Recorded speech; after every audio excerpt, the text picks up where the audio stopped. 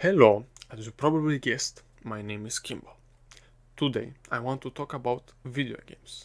More precisely, about how good games make you play more, thinking about how you want to get home and open your computer, log in and maybe invite some friends to play alongside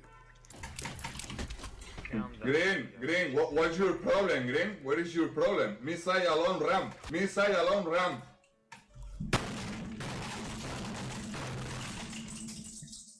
Is it the graphics, the mechanics, the sound and music, the story, the immersion, the grind, the community, or maybe it's something else? Don't worry, I'm here to discover how does a game manages to get the title of great or bad. So let's not waste any more time and get into it. At the most basic level, in order to play a game, you need two things: a reason to play, aka the selling point, and a reason to replay it. You can find countless reasons to play a game. Maybe it's the type of genre: first person shooter, roleplay, horror, strategy, and puzzles. Maybe they are designed to be played alone, focusing on a narrative or solo challenge.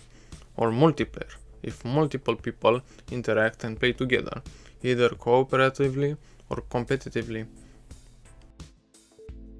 In order to achieve the basic gameplay, you need some core mechanics, usually the movement, combat, and building, depending on what type of game you have.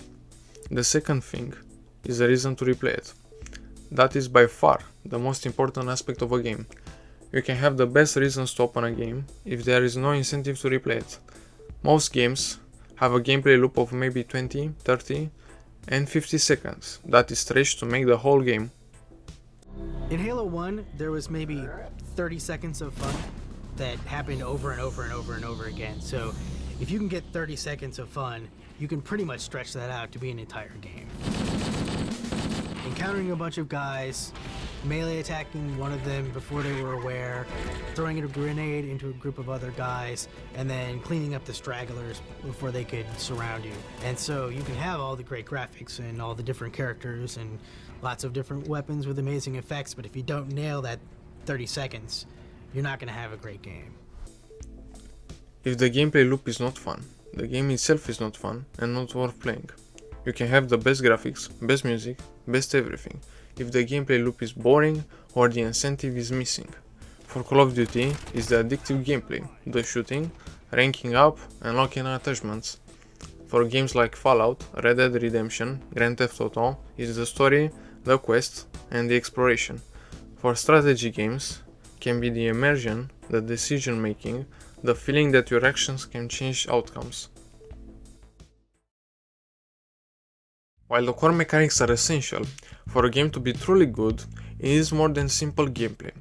World and level design, visual and audio presentation, optimization and accessibility, story and characters all play an important role. I will break each point down and give examples of games that do it right and games that miss the mark. There are a lot of things that can be said about a game's level design, but because I want to keep this video short, I will focus on some aspects.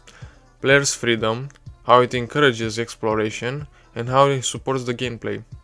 In my opinion, the best games are those in which the player has the ability to progress through the story or levels in more than two ways, giving options for a unique experience with each path. This freedom of choice can make a game world feel alive and engaging, and it gives players a reason to replay a mission. The best example of this has to be Fallout New Vegas, a game filled with quests that have multiple ways to complete them. You never feel forced by some "you can speak with me because you're not level 15" nonsense. No. All quests and areas can be accessed from day one in any order. The characters, story, and the desire to learn more about this apocalyptic world make you wanna play more. All the factions, enemies, and the environment are carefully connected with the quests and map design. Freedom is New Vegas' greatest strength. Now let's compare this with Cyberpunk 2077, a game with impressive graphics and atmosphere. The art style and the details alone make you feel like you are in a futuristic world with a unique culture. Unfortunately, those aspects don't serve the gameplay at all. Night City is only impressive on the surface level. There is a lot to see, but not much to do in the city. The quests are boring, repetitive, and most of them lack context. Don't get me wrong, some missions are very well made and interesting, and the districts are well characterized, but most of the characters don't have clear motivation or identity. With very limited activities to do outside the story, the game feels soulless and lifeless. At last, we've reached the ultimate question. What makes a game good? And the answer is... roll the drums, please. Well, everything.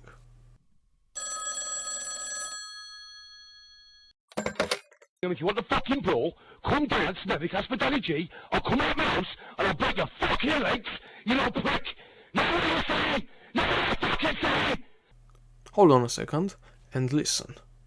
Games can be good for any reason. Presentation, story, performance, anything. But you, that's right, you must decide if a game is worth your time. If it's good, bad, fun, or boring. The player is the ultimate judge, and that's the most important thing. I look forward to meeting you again, and until then, happy gaming and God bless.